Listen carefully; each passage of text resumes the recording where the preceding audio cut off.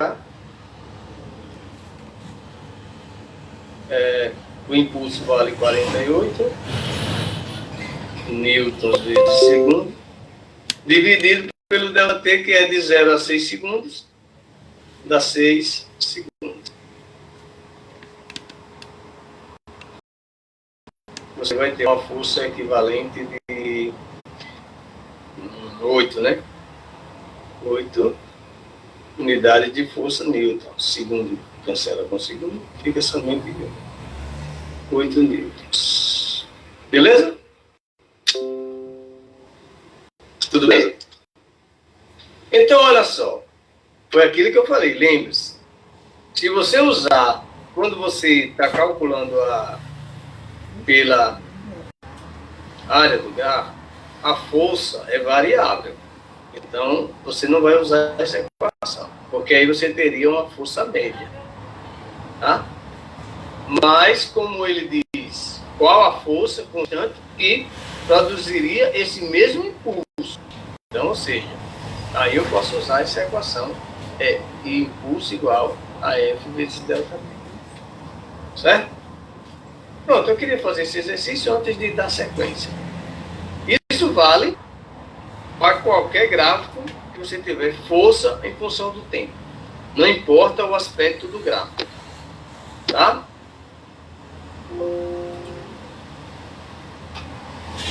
Pronto, agora sim, vamos voltar.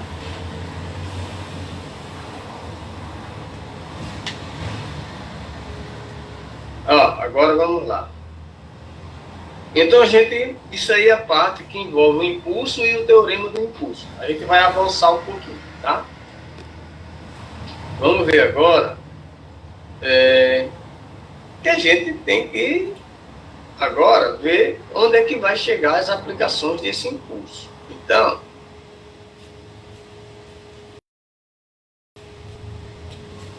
como eu disse a vocês, eu acho que na introdução, no início da aula, eu falei para vocês que o estudo do impulso, do momento linear, ele é muito utilizado na parte de colisões. É a parte mais aplicável do estudo de impulso e momento linear. É a parte mais aplicável. Então, para a gente estudar isso aí, essa relação com não sei o quê, a gente precisa antes de o que é um sistema tá? Eu já andei falando aqui para vocês o que é o sistema físico. Só que eu ia dizendo assim, que quando a gente estudou a lei de Newton, eu falei, eu tenho 2 corpos, então ali eu estava falando daqueles corpos que estavam envolvidos no problema, eles faziam parte de um sistema.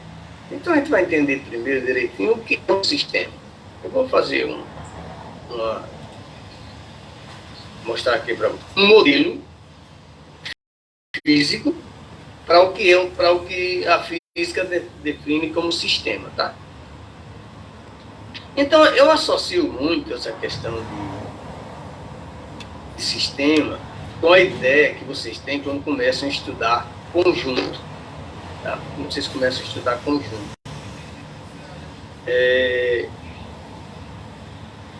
O professor, quando vocês estudam o conjunto, em termos de diagrama, né? Em termos de diagrama, ele geralmente escolhe, ele delimita, e dentro dessa área delimitada, ele põe uns elementos. Então aqui eu formo um conjunto. É essa a ideia de sistema. Então, para eu definir o que é um sistema físico, então a primeira coisa que você vai fazer, a primeira, é delimitar uma fronteira. Você vai dizer, o meu sistema está dentro dessas condições aí. Tá? Então, eu vou delimitar uma fronteira. Tudo que estiver na parte interna dessa fronteira é o meu sistema. Interno sistema. Tá? É como se eu estivesse com vocês numa sala de aula, e aí nós todos dentro de uma sala de aula, delimitado pelas paredes, nós formaríamos um sistema.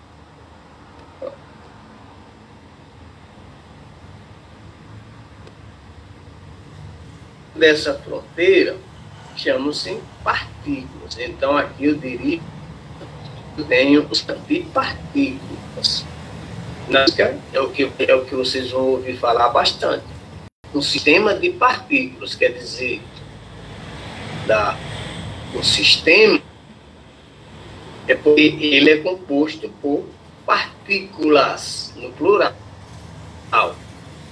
Eu não vou delimitar um sistema, apesar da analogia que eu fiz com o conjunto, um sistema vazio. Não faz isso para a física. Então, o sistema tem que ter partículas. Né? Então, e isso é muito necessário na física. Desde os corpos rígidos e gasto delimitar meu sistema para tudo isso. Quando você estuda corpo extenso, o teu sistema pode ser aquele corpo rígido. Quando você trata, o teu sistema ser um líquido confinado em alguma coisa. Quando tu vais estudar os gases, o teu sistema pode ser um gás confinado dentro de um recipiente, por exemplo. Aqui faz o teu sistema. Então, as partes que estão dentro dessa fronteira são as partículas. Fisicamente falando, um corpo de moléculas e tal. O líquido tem moléculas prioritariamente e gases aí nem se fala. Né? Então, tudo isso é do meu sistema. Então, esse meu sistema ele pode ter um infinito número de partículas. Só não faz sentido estudar um sistema vazio, hein? Não vai interessar. Né? Somente, e na mecânica, então, nem se fala. Ora, eu posso ter 2, 3, 4. Então, tudo que está aqui, só que a gente sabe que, mesmo que eu delimite o meu sistema, eu estabeleça uma fronteira, a gente sabe que tem a vizinhança.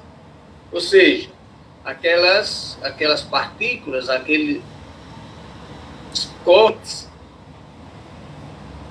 que estão no entorno do meu sistema.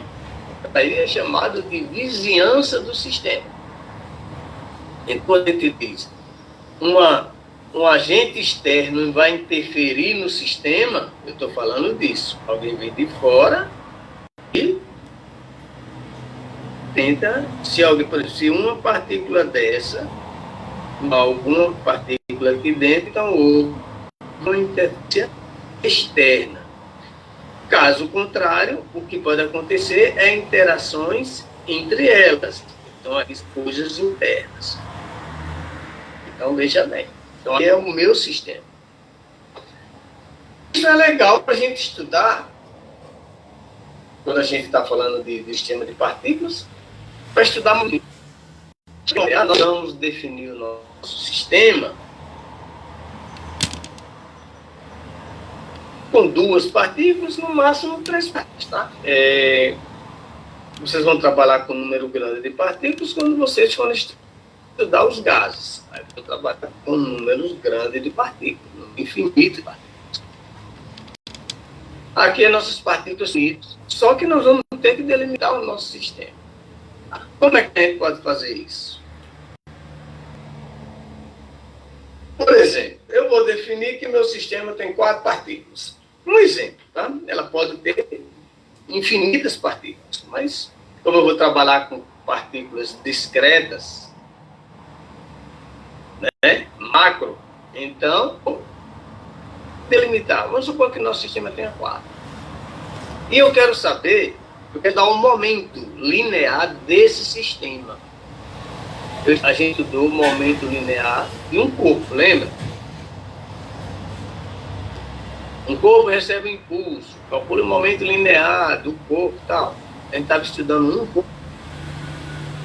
Agora, eu vou pegar o meu sistema, eu vou ter mais de uma partícula, mais de um corpo dentro do meu sistema.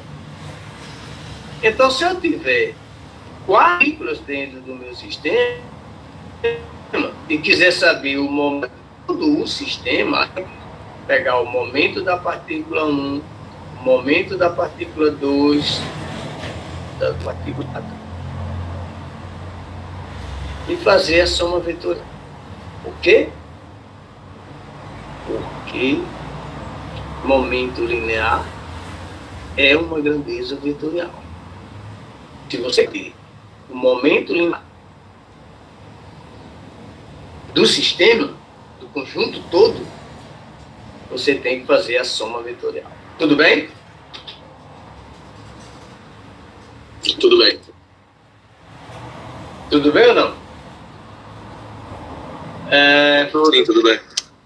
Então, facilitar a nossa... Oi?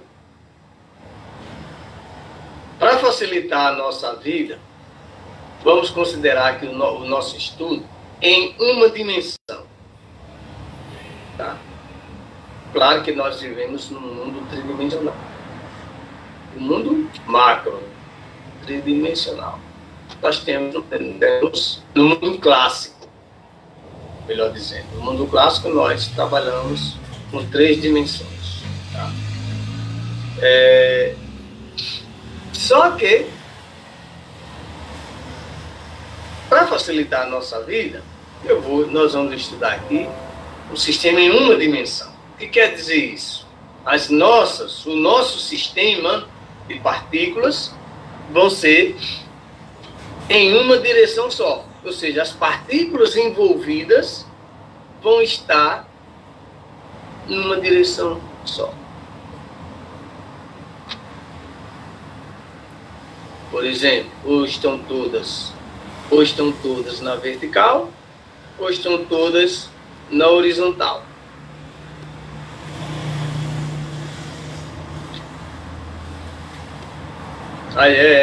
Eu vi agora a mensagem de... A minha voz tá falhando aí, melhorou não? Antes ela tava dando umas travadas com certa frequência, mas agora eu não tô sentindo tanto, não. Ah, não, né?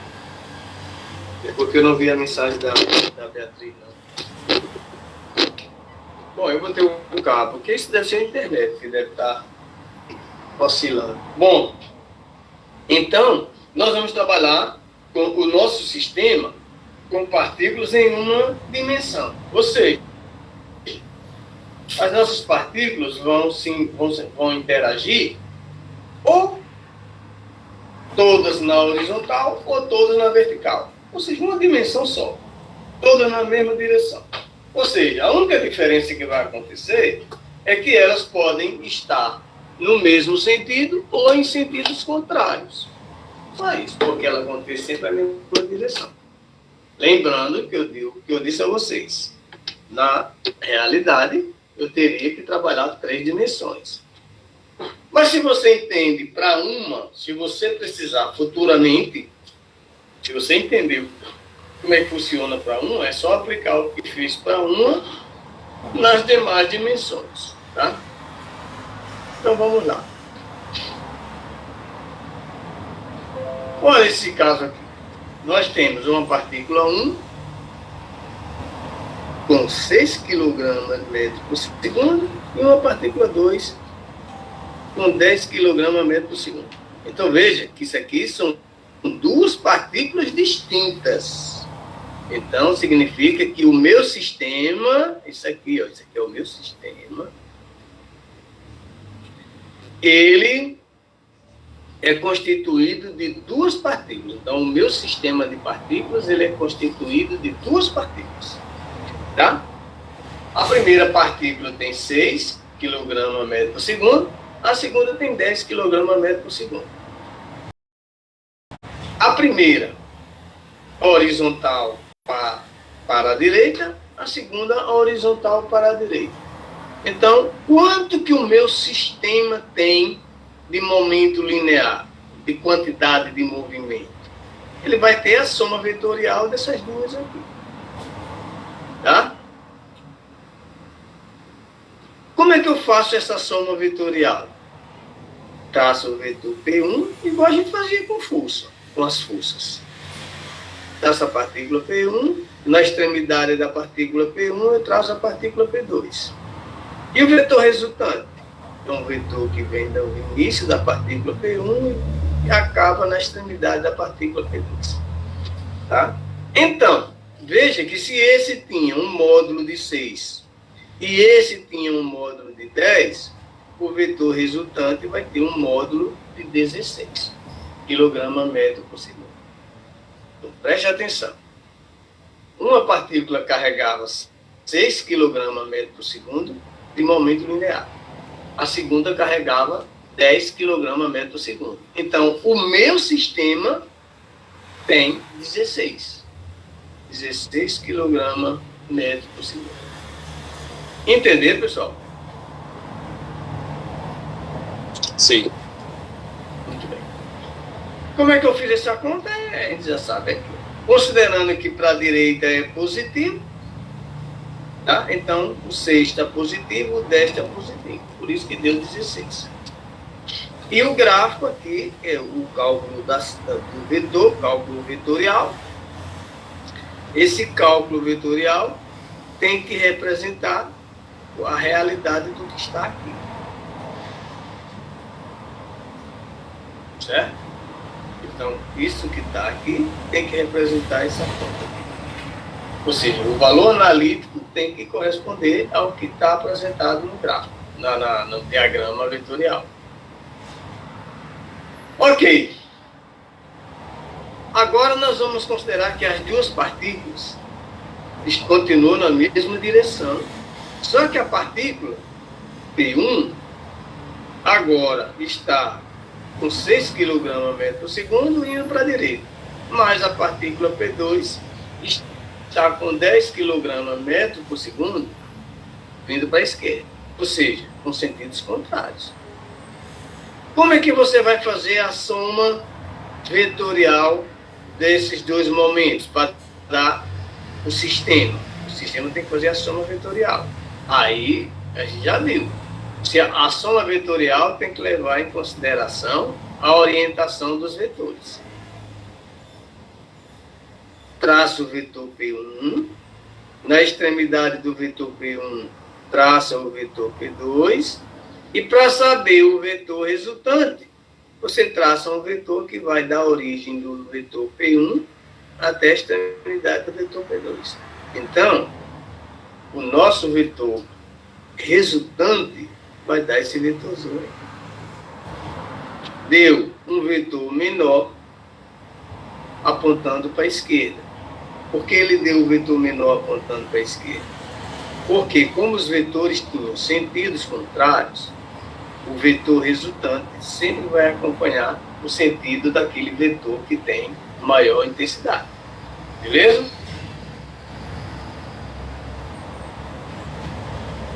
Beleza.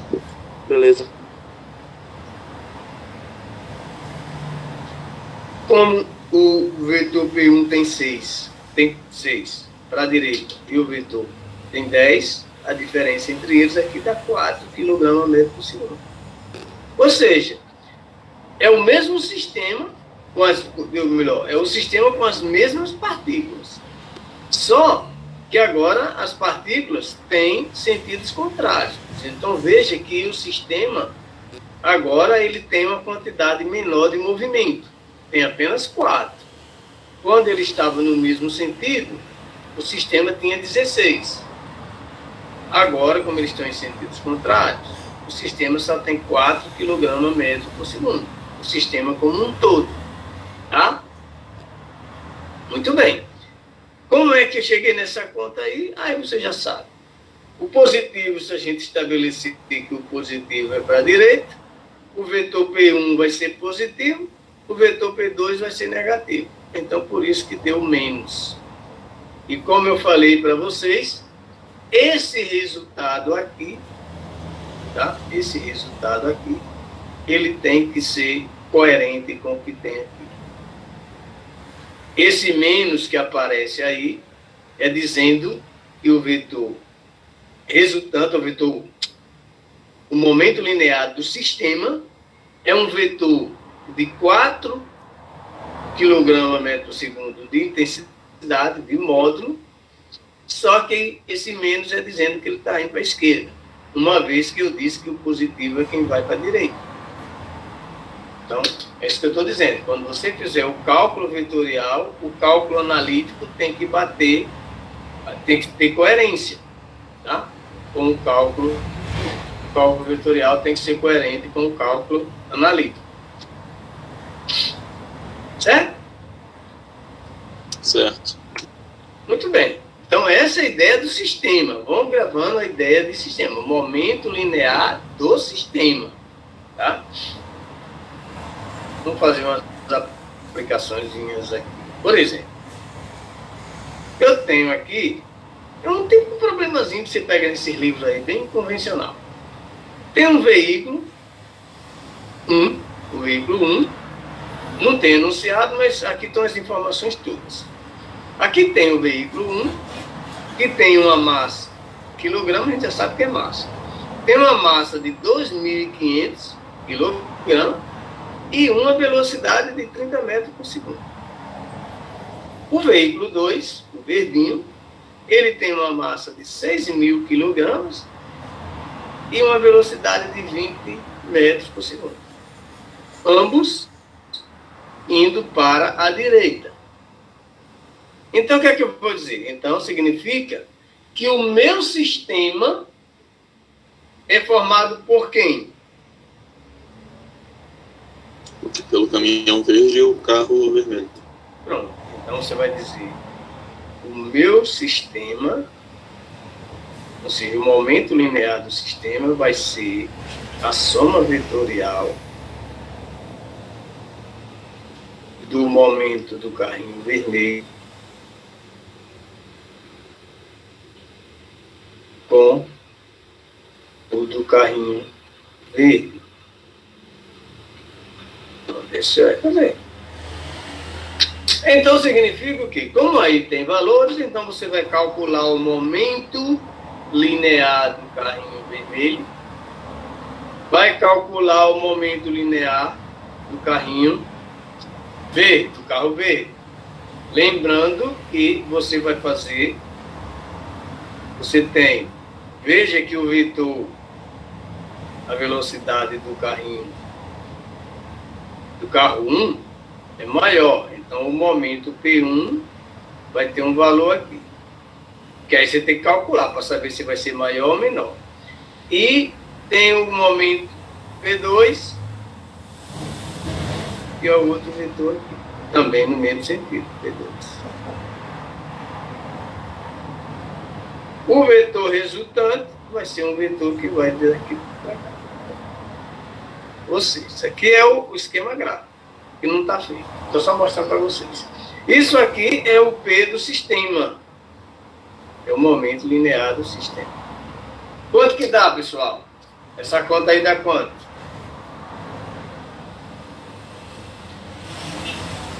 Calcula o momento do carrinho, do carro 1. Calcula o momento do carro 2. Como é que fica? O momento, né? Massa vezes velocidade, né?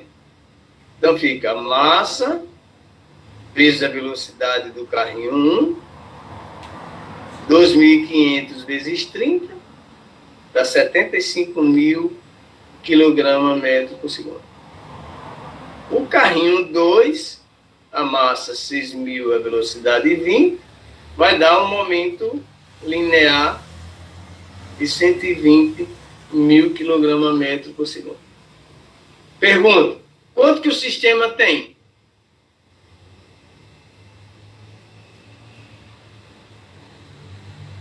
R$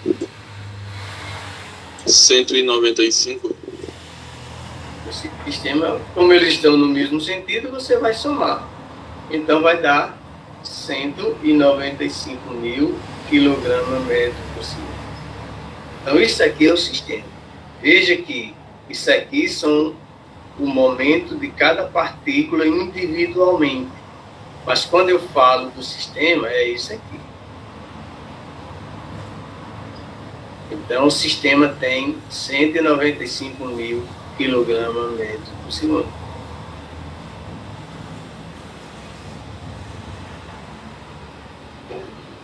Beleza? Beleza. Faz isso para mim aí. Tem uma garotinha que tem uma massa de 50 quilogramas, correndo para a direita com 6 metros por segundo. Tem um garotinho de 60 quilogramas, correndo para a esquerda com velocidade de 5 metros por segundo. Quanto que o sistema tem de momento linear? A pergunta é: qual o momento linear do sistema? Qual o momento linear do sistema?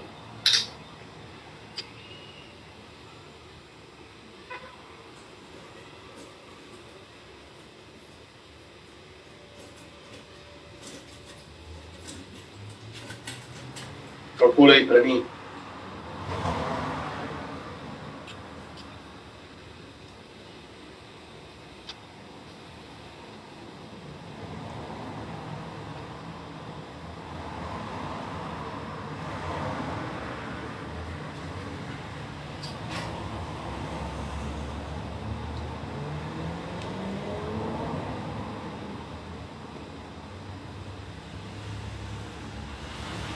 Vai dar 0, não? Vai dar 0? Acho que sim. A garotinha tem 6 de velocidade vezes 50 de massa, dá 300 kg metro por segundo positivo. O garoto tem 5 de velocidade contrária, dá menos, vezes 60, então deu menos 300 kg metro por segundo, ou seja, 300 com sinal negativo, uma vez que ele está indo para a esquerda. Pronto.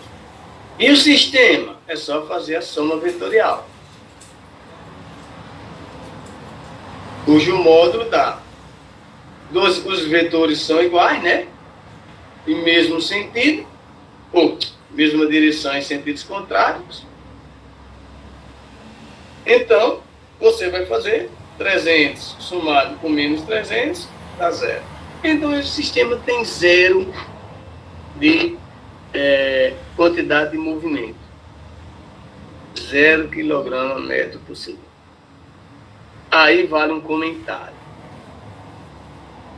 Eu estou falando de sistema, tá, pessoal?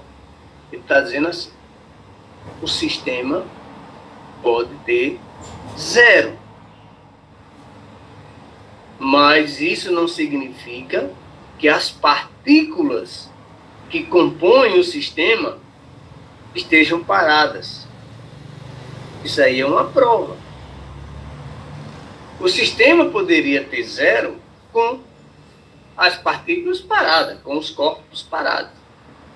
Mas não é obrigado ele ter as partículas estarem em repouso com o momento linear do sistema sendo 0. Tá? Aqui está um exemplo. O sistema tem 0. Se eu juntar todo mundo aqui, olhar de uma maneira global no sistema, o momento linear deles é 0. O sistema é 0. Mas só que as partículas não estão em repouso. As partículas estão em movimento. A partícula 1 tem movimento, a partícula 2 tem movimento. O sistema é que tem 0. Isso é muito importante para o estudo que a gente vai. Tá? Então, lembre bem, quando o sistema está parado, 0. O 0 não tem.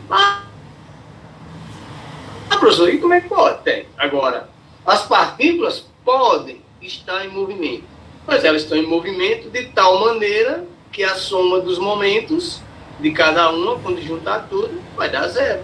É isso que vai acontecer. Beleza? Deixa eu passar para frente.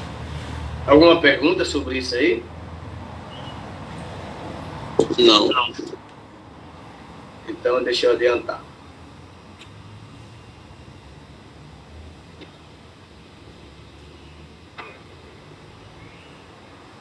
É que a gente estuda o momento linear de um sistema. Para que se estuda sistema de partículas? Vocês lembram que quando a gente estudou as leis de Newton, eu falava um sistema formado por 2 blocos. Então ali eu estava falando do sistema. Envolvidos, eles estavam interagindo de alguma forma. Então, pronto, ali era um sistema. Então a gente sempre está precisando de trabalhar com essa ideia de sistema. Em algum momento a gente vai ter que separar as partículas do sistema, mas a gente tem que sempre trabalhar com a ideia de que existe um sistema físico envolvido. E uma situação extremamente necessária de você ter um sistema físico é para você aplicar as leis de conservação. Tem algumas leis de conservação na física. Eu considero que se você não estudar essas leis de conservação, você não estudou física. Você pode deixar de estudar muita coisa na física, menos as leis de conservação. Essas são prioritárias. Tá? Tanto é que a gente vai ter que estudar ainda a outra lei de conservação. Tem 2 na mecânica, chamada a lei da conservação do momento linear, e depois a gente vai estudar, até o final dos nossos encontros, a conservação da energia mecânica. Então são 2 leis de conservação que não dá para passar pela mecânica sem estudar. Tá? E o que é conservação? Para estudar a lei, primeiro tem que saber o que é conservação. O que é conservar? Se você for no dicionário, você vai perceber, você vai ler vários significados, mas com certeza todos tendem a ideia de conservar é manter. Tá? É manter. Tá? Você conservar é manter aquela coisa inalterada. Aí você está conservando. Do ponto de vista da física, ou seja, o que é conservar o momento linear? É manter o momento linear. Manter como? Mantê-lo constante. Ora, professor, as partículas não ficam variando o momento, as velocidades dele não podem aumentar, pode diminuir. Então, por que é que você está dizendo que tem que manter? Porque quem vai conservar não é o momento linear das partículas. Quem vai conservar é o momento linear do sistema. Por isso que a gente estudou o sistema de partículas. Então, a lei de conservação do momento linear não é para as partículas, é para o sistema. Então, o que eu vou mostrar para vocês agora vai mostrar o que existe é a conservação do momento linear no sistema. Beleza? Consideremos um sistema aqui, ó. Eu tenho um sistema constituído por 2 vagões, daqueles vagõezinhos de trem. Vagões de trem. Sem valores, porque não me interessa valores aqui. Me interessa é que o vagão A tem uma massa A e desloca-se com a velocidade VA. O vagão P se desloca com velocidade VB com a massa NB. Pelo desenho, pode ser que seja relevante, mas a gente percebe que o vagão A tem um volume maior, provavelmente deve ter uma massa maior, e o vagão B deve ter uma massa menor. Bom, não importa.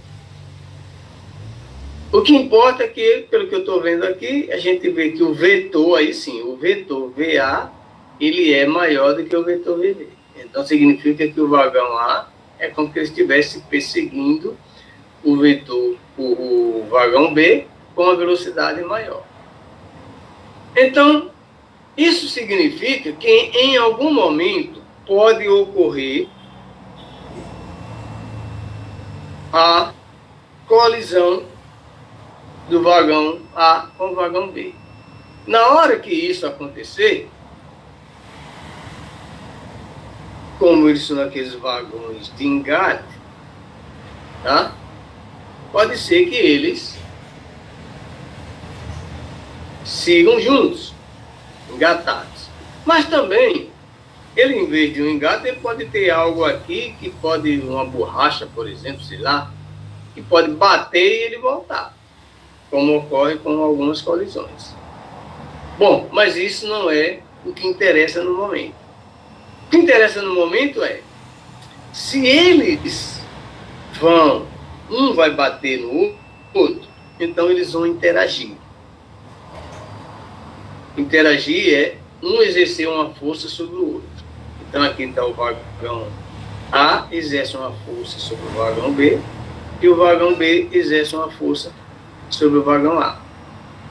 Ora, nós já estudamos que essas duas forças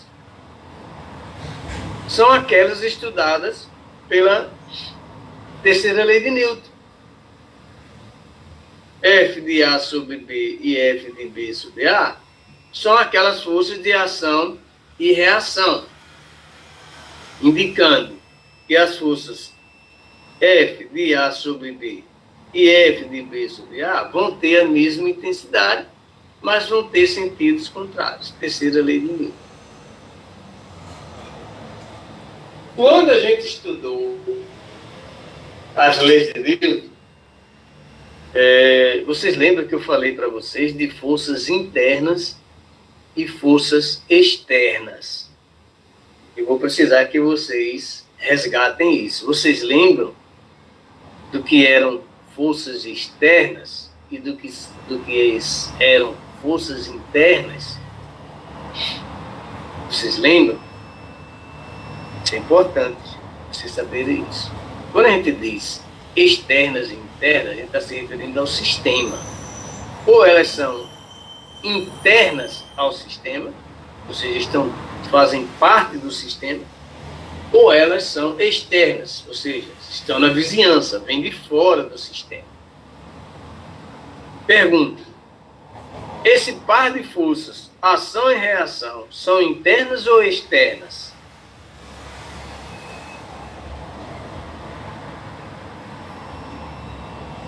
São internas. Muito bem. Então significa que, lembre-se de quando a gente estudou a lei de Newton, as forças, quando elas são internas ao sistema, elas não interferem no sistema. Entendeu? Elas interferem nas partículas. Por exemplo, a força que A faz sobre B interfere em B. A força que B faz sobre A interfere em A, mas não interfere no sistema, porque o sistema, elas são internas ao sistema. Então, elas não interferem no sistema. Então, significa que se depender delas, o sistema não se altera. Por isso que a gente vai usar a terceira lei de Newton para mostrar que, se não houver influência externa, o sistema vai se manter conservado, vai se manter constante. O momento linear do sistema vai se manter constante. Só para, nós não faz parte dessa discussão agora, mas só para aproveitar, quem seriam forças externa nessa nossa situação aqui. Por exemplo, seriam externas, por exemplo, seriam as forças do atrito. As forças de atrito seriam forças externas. Não precisa ter ninguém empurrando ou puxando o vagão, não. O atrito, a força de atrito já é um exemplo de forças externas. Certo? Então, para estudar a lei de conservação, eu vou ter que desconsiderar a força do atrito. Quando a gente for estudar as colisões, mas na frente eu vou dizer por que é que a gente pode desconsiderar. Mas no momento, só fiquem sabendo que a força de atrito é uma força externa ao sistema, tá? E para haver conservação do momento linear, não pode haver interferência externa ao sistema. Somente vamos considerar as forças internas, que no caso são as forças correspondentes à lei da ação e reação. Fazendo isso, usando a terceira lei de Newton, ação e reação, você mexendo aqui com a definição de cada uma, só lembrando que a segunda lei de Newton envolvendo o momento linear é assim, ó.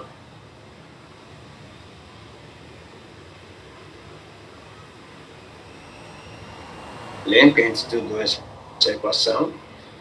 F, a força resultante, é igual a ΔP sobre ΔP.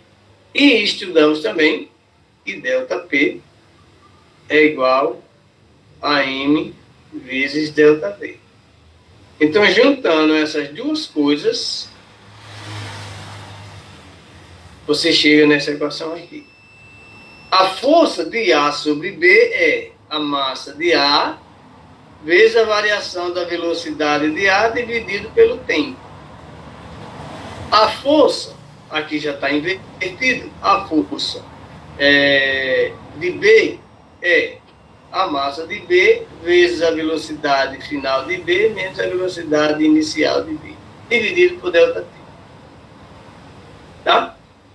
Todas duas divididas pelo mesmo ΔT. Ora, mas acontece que esse ΔT é esse mesmo ΔT. Então, ele pode ser simplificado.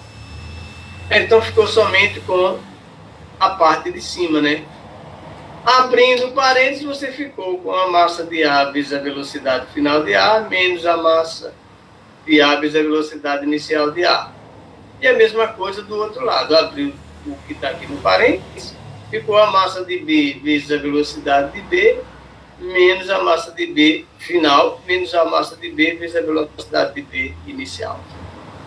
Muito bem, isso aqui, apenas abrindo isso aqui. Dá para entender? Sim, sim. Ok. Aí, agora é só um ajuste, tá? Eu vou trazer para esse lado tudo que está associado à situação final. Sim, só um detalhe. O que é que ele está chamando aí de inicial e de final? Vamos só voltar para lembrar vocês. Ele está dizendo assim, situação inicial é essa aqui. Inicial é essa situação aqui. Situação final é essa aqui. Ou seja, antes da colisão é inicial, depois da colisão, final. A gente vai ver que esse depois é imediatamente depois. Ou seja, é aquela coisa, em frações de segundo. São interações imediatamente após a colisão. Então, inicial é antes de ocorrer a colisão, final após ocorrer a colisão. Tá? Então, ajustando aqui, trazendo para esse lado tudo que está associado ao final e aqui tudo que está associado à inicial. Então, aqui está o momento linear da partícula A final, somado com o momento linear da partícula B final.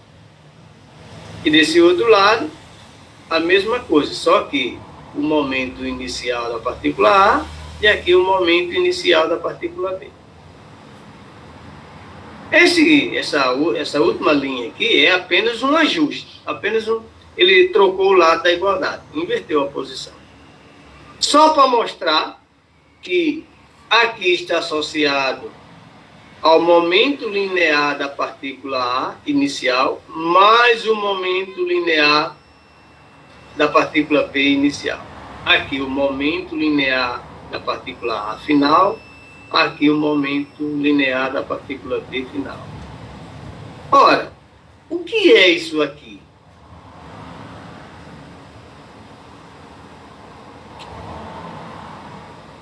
O momento linear, só que aqui está vetorial, tá?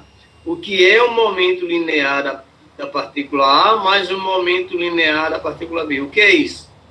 Vetorialmente falando, isso é o quê? O momento linear do sistema inteiro. Isso, o momento linear do sistema inteiro. Só que inicial. E aqui desse lado, o momento linear do sistema inteiro, só que final. O que é que ele está dizendo? Se a gente considerar somente as forças internas, o momento linear inicial do sistema é igual ao momento linear final do sistema. O que quer dizer? Se esse lado é igual a esse, o momento linear do sistema antes e depois da colisão não sofreu alteração. Se ele não sofreu alteração, ele se conservou. Beleza? Beleza. Ele se conservou. Então, a gente pode, a partir daí, aquele que eu botei lá está aqui. Momento linear inicial do sistema, momento linear final do sistema. Isso aqui é a lei da conservação do momento linear, que diz que isso vai acontecer desde que você desconsidere a ação das forças externas. O momento linear de um sistema físico vai permanecer constante, a não ser que uma força externa ao sistema atue sobre ele. Aí, como eu disse a você, se eu considerar atrito, aí não dá. Então, eu tenho que desconsiderar a força do atrito.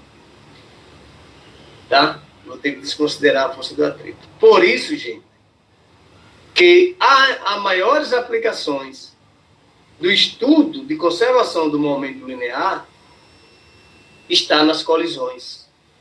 Porque colisões, o que interessa numa colisão, acredite, é o imediatamente antes e o imediatamente depois.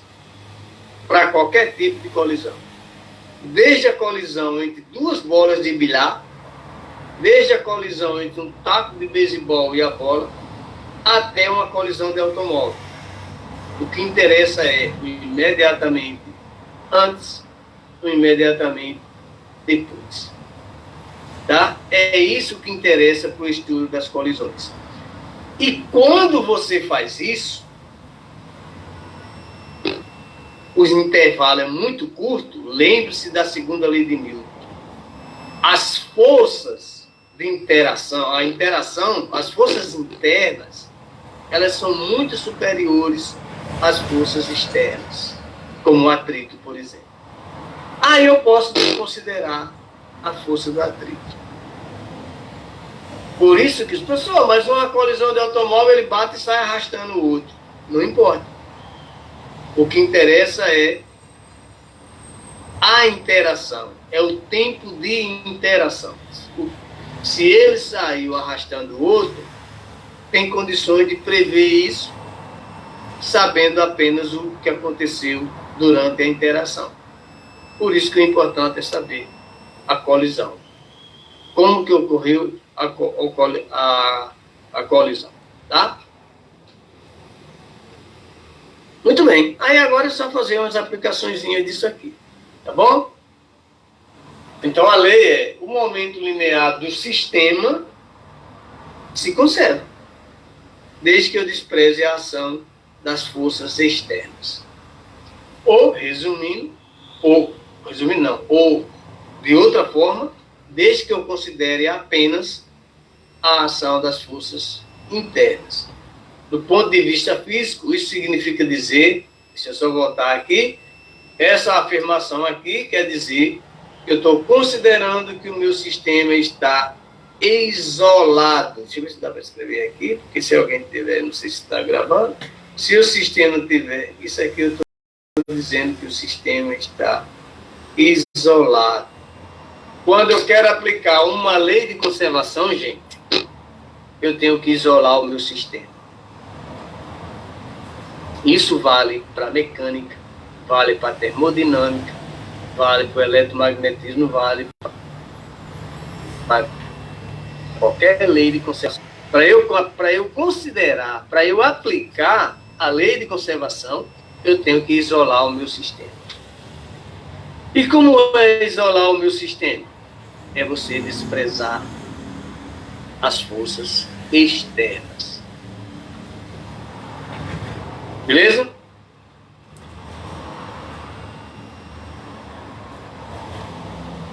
Quando eu digo as forças externas, eu estou dizendo forças externas porque eu estou falando da mecânica.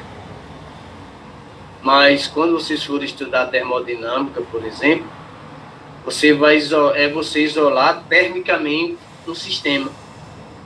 Entendeu?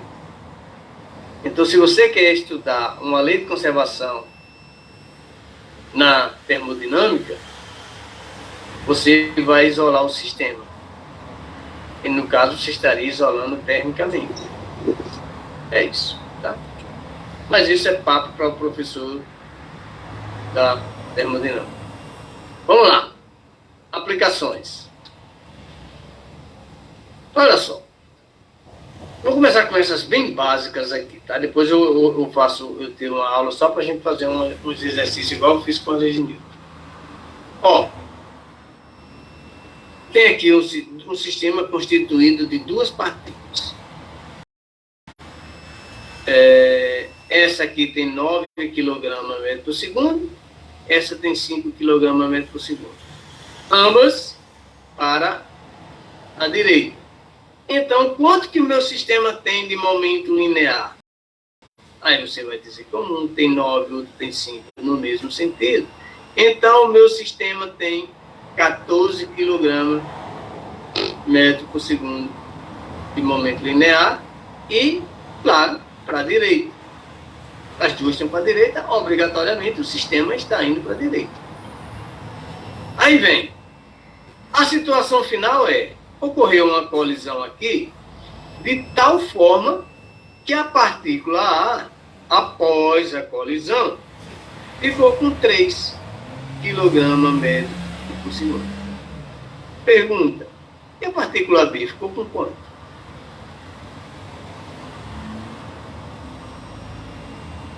Pela lei de conservação do momento linear, o sistema tem que manter quanto? 14. Então, quanto que a partícula A tem que ter? Ou a partícula B tem que ter? 11. 11. Isso é conservação. Preste atenção. Para a partícula B ter 11, é sinal de que ela ganhou 6. Ela tinha 5, ganhou 6. Esse aqui tinha 9, perdeu 6. Então, os 6 que essa aqui perdeu, essa aqui necessariamente ganhou. Isso é conservar. É igual a tu ter uma sociedade com um colega e vocês juntos têm R$100 de sociedade. É como que um tivesse R$30, o outro tem R$70. Um empresta dinheiro para o outro, dependendo de como seja esse empréstimo, alguém vai aumentar o seu valor e alguém vai perder. Só que a quantidade que um ganha tem que ser igual exatamente a que o outro perde. Para quê? Porque o sistema, que são vocês dois, a sociedade tem que continuar sendo R$100. Tem que conservar. Essa lei de conservação, ela vale para muitas outras aplicações na natureza. Quando a gente fala lei de conservação, ela vale para muita coisa. Alguém perde, alguém ganha. O sistema é que não perde, nem ganha. Tá? Se o sistema estiver isolado de influências externas, então as interações, as influências forem apenas internas, então significa que ninguém perde, o sistema não perde nem ganha. Mas os elementos do sistema, sempre que estão interagindo, alguém vai perder e alguém vai ganhar. Beleza? Isso vale para muitas coisas na natureza. Reflita sobre isso e você vai ver. Imagine um sistema, e esse sistema tem várias... Imagine quem são os componentes desse sistema. Isole esse sistema de influências externas e você vai ver que o único jeito que vai ter conservação é sempre as partes vão interagir. Alguém vai perder, alguém vai ganhar. Mas a quantidade que alguém perde vai ser sempre igual à quantidade que alguém ganha. Claro, observou? Tá? Beleza? Muito bem. Vamos a um outro exemplo aqui. Alguma pergunta sobre esse? Não, por mim não.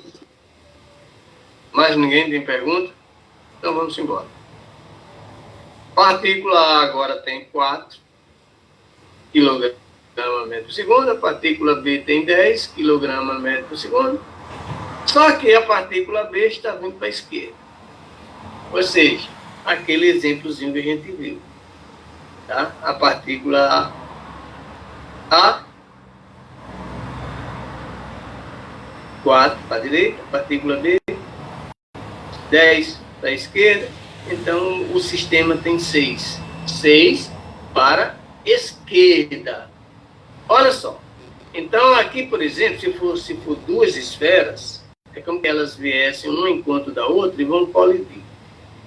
Quando elas colidirem, aí, olha, aconteceu isso. Tá? Essa daqui ficou com 4. Essa aqui ficou com 2. E essa aqui continuou com 4. Pode. Está certo?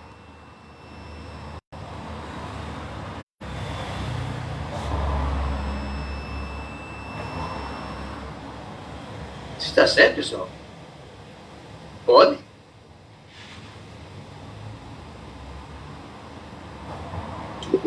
Acho que não.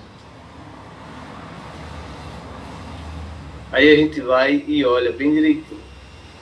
Ah, ela está com 4. Só que ela inverteu o sentido. E isso, vetorialmente, significa que ela ganhou.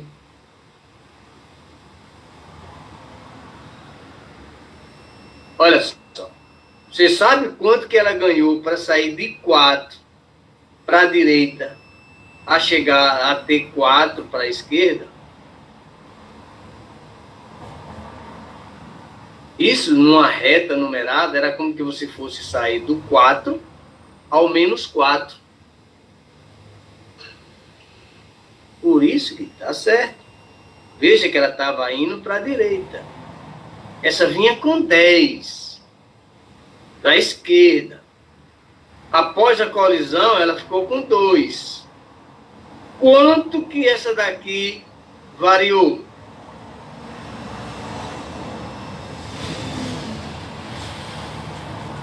A partícula B variou de quanto o seu momento linear?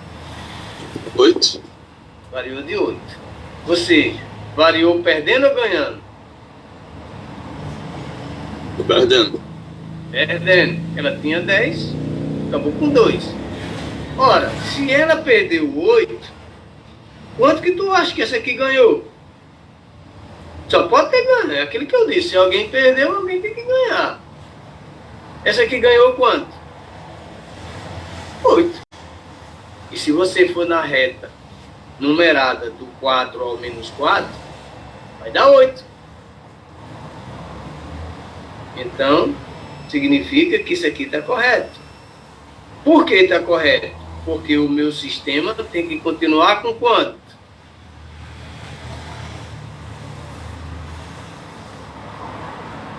Quanto que o meu sistema tem que continuar? 6. Com 6. 6 para a esquerda. Ó, 6 para a esquerda. Então, para ela ficar com 6 para a esquerda, então essa aqui perdeu 2, mas a outra ganhou. Essa aqui acabou com 2, essa acabou com 4. Para essa aqui ficar com 2, perdeu 8. Para essa aqui ficar com 4, ganhou 8. Então, o meu sistema tem que continuar com 6. Beleza? Entenderam ou não? Sim, entendi. Se alguém aí não entendeu, pergunta. Aproveita. Tá? Eita, peraí, deixa eu esqueci de botar.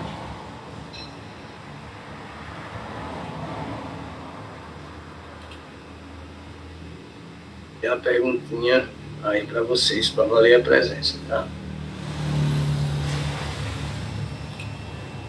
Então,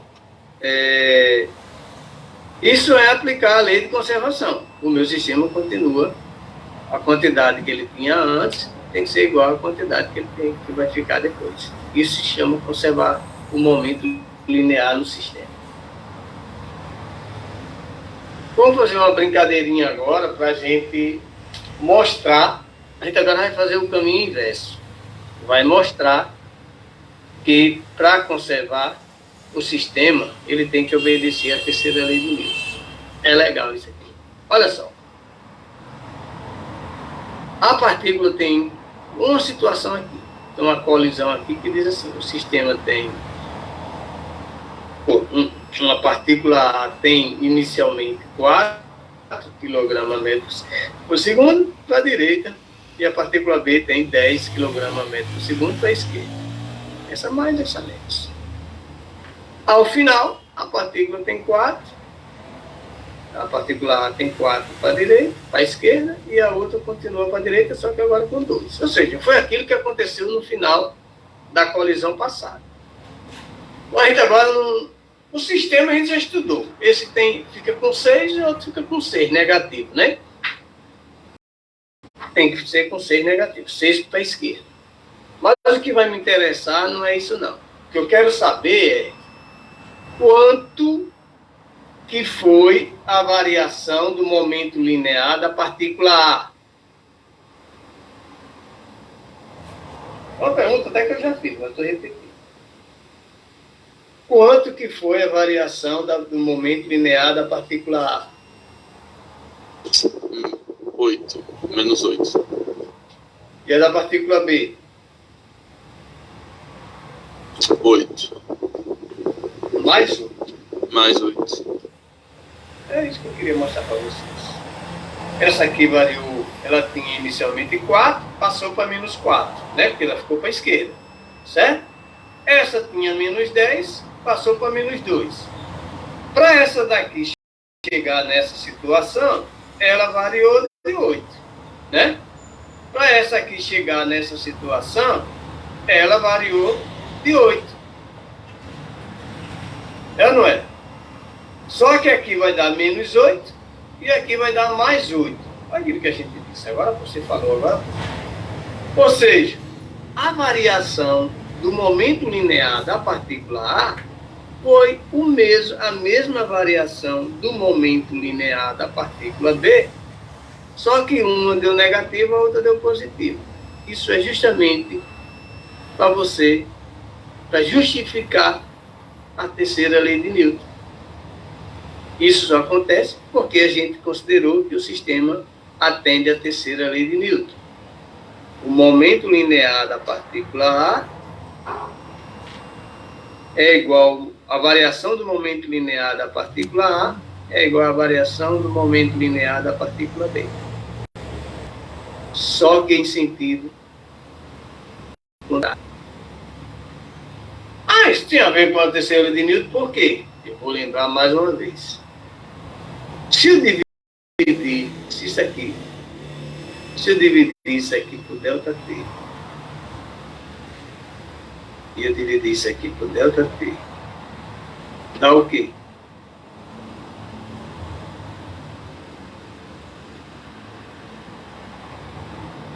Isso aqui é o quê? Se eu dividir por ΔT. Isso aqui é o quê?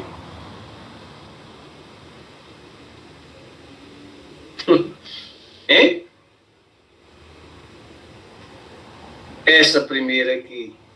Rapaz, isso aqui é a definição de força da segunda lei de Newton. Isso aqui ele está falando é a força que A vai sobre B. E isso aqui é a força que B vai sobre A. Uma é menos a outra. Terceira lei de Newton. Eu vou lá. Ave Maria.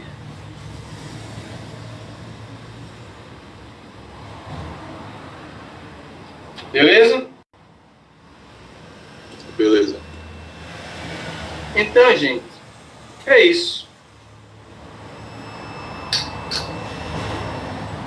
A gente tira a próxima aula, a aula de sexta-feira. Eu faço um exercíciozinho com vocês. Tá bom? Umas aplicaçõezinhas disso aqui. Alguma pergunta? Deu tudo certo? E aí? Alguém quer fazer alguma pergunta? Não. Até agora, nenhuma, professor. Se até agora nenhum, então vamos acabar a aula agora aqui. Não esqueçam de responder a pergunta lá. Tá bom? Não se esqueçam de responder